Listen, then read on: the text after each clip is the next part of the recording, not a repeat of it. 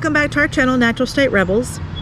We are releasing this video today on September 19th, 2023, because this is the 62nd anniversary of something that happened here in New Hampshire. Some of you may have heard of this. It was the alien abduction. One of the first recorded or reported alien abduction stories in the world. Barney and Betty Hill. It's a pretty interesting story. Whether you believe it or not. Whether you believe it or not, we're going to show you the route that they took, starting here in Lancaster, New Hampshire, and we're going to follow the same route that they followed on that night. And so stick around.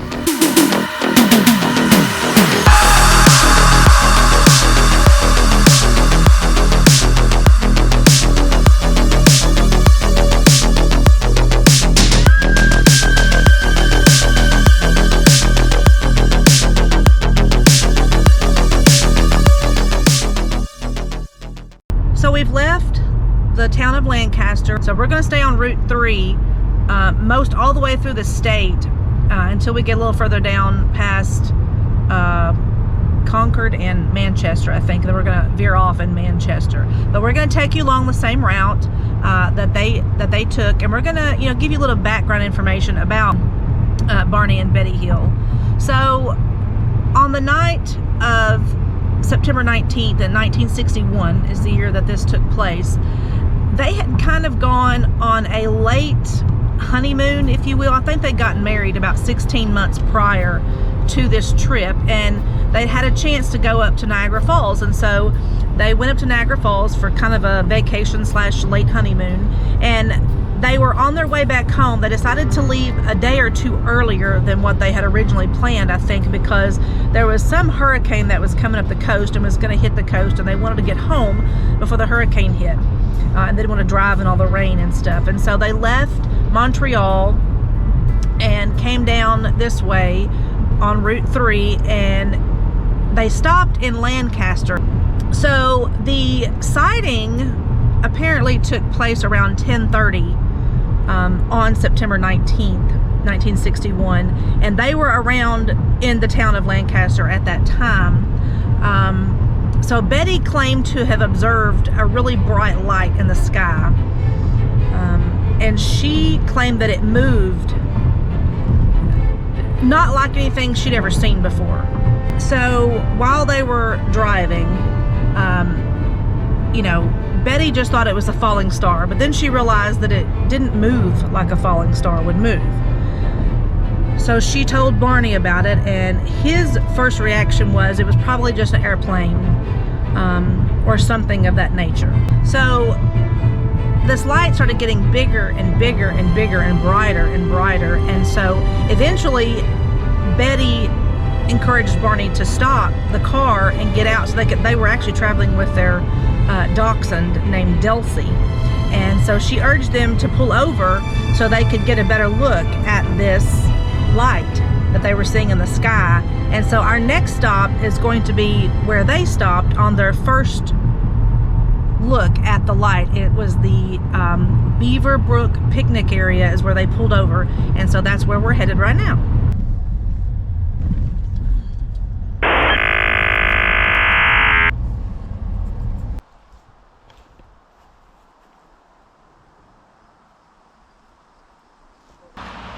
We've stopped here at the first stop that they made at the Beaver Brook picnic area right south of Twin Mountain, and they stopped here to walk their dog here on the dog walk. And this is where they got out and got the binoculars and started looking into the sky and seeing what was above them. So Betty looked through the binoculars first, and she observed what she called an odd-shaped craft flashing multicolored lights travel across the face of the moon. And then Barney got the binoculars, and he saw what he thought was a commercial airliner traveling toward Vermont on its way to Montreal. However, he soon changed his mind looking at the direction that the craft was going, and he finally decided that the plane that he thought was a plane was not a plane.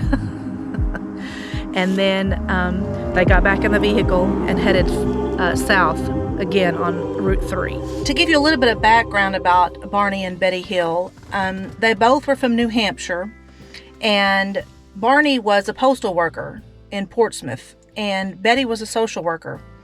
And they were actually a biracial couple. Barney was black and Betty was white, which is really not completely unheard of, but it was very rare back in the early 60s. So they were already under a lot of pressure because of that whenever this happened. And I don't think they really wanted all of the attention that they got, especially being a biracial couple. I think they kind of wanted to just keep it on the down low, but it kind of blew up into something that was extraordinary over the years, and it's been a really talked about phenomenon, especially amongst ufologists, UFO people.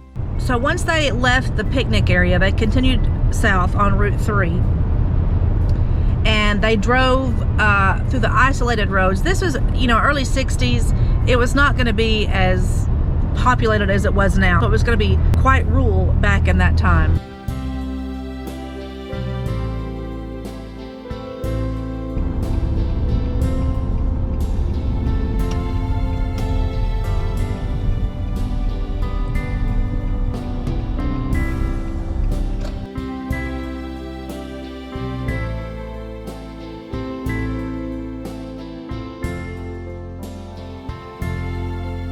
Our next stop is just south of Indian Head Resort on Route 3. This is not a place where Barney and Betty Hill stopped, but it is a gas station that has a lot of memorabilia and stuff about them. So we're stopping here just to look at this, all the stuff that they have.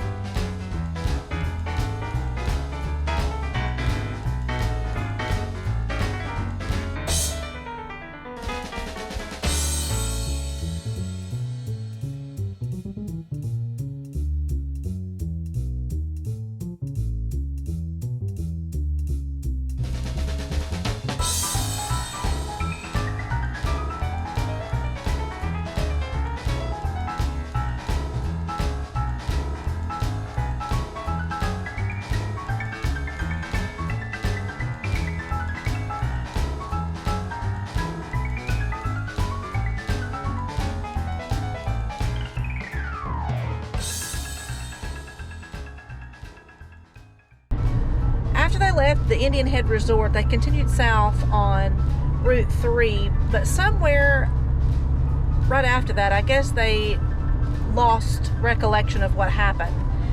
They say that there was about 35 miles between Indian Head Resort and the town of Ashland, that they have no recollection as to what happened. So after Betty and Barney got back home, something funny to note is, as well, I told you earlier that they were heading back home to try to beat the hurricane that was heading right toward New England. And it's funny because as of today that I'm recording this, there is a hurricane heading toward New England. It's going to hit right off the coast of Maine. It's Hurricane Lee. Anyway, so I thought it was a little interesting. But once the Hills got back home to Portsmouth, they felt really strange when they got home, and a lot of things started to come about that they realized that both of their watches had stopped working, and they never actually worked again after that night.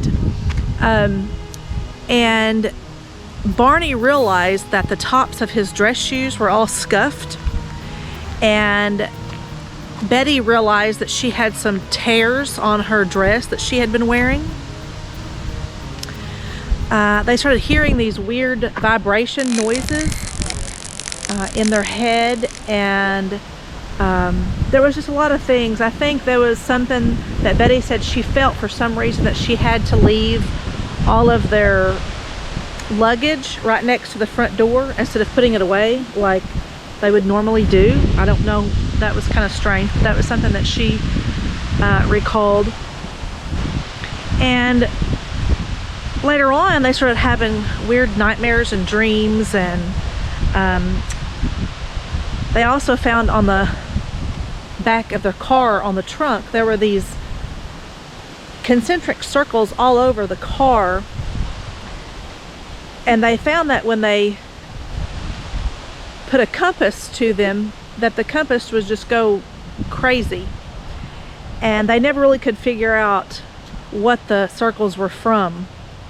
They decided to do some hypnosis, and under hypnosis, Betty and Barney both had hypnosis at different times, and they kind of pretty much came up with the same stories under their hypnosis.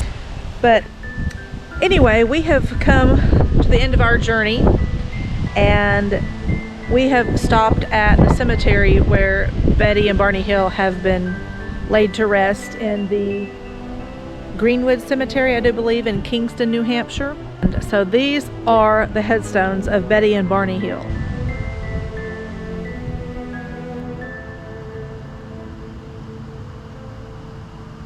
If you're interested in reading more about this story, we'll have some information in the description of the video. You're welcome to look at that. There is a book called The Interrupted Journey that was written about them. There's also a movie called The UFO Incident. I think it was released in 1975, but it was after Barney had already died. He died in 1969, just 8 years after this incident happened. But Betty went on to become really famous in the UFO world, and she gave a lot of interviews, and there's a lot of other things that you can read about her and see videos of her. Hey guys, whether you're a believer or whether you're not, this is an interesting story. Let us know what you believe. Do you believe in it? Do you think it's a hoax? Drop us a comment, let us know. And if you have any stories of your own about UFOs, let us know that too, because we're really interested in reading those. Yep, and until next time, live in the sunshine. And watch out for aliens. Ooh.